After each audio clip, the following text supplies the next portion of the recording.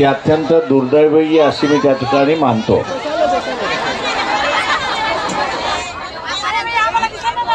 ते दोघे खाली बसा, तुमचं दांडा मोठा आहे, खाली बसा दोघे, बस खाली, खाली बस, मांडी घालून बस खाली,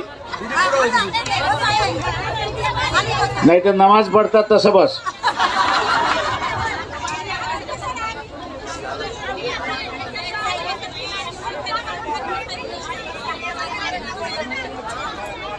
परिस्थिती जी आहे देशातली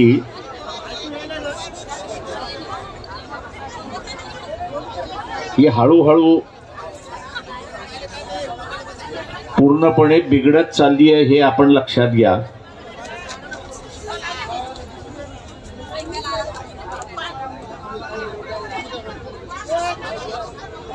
आणि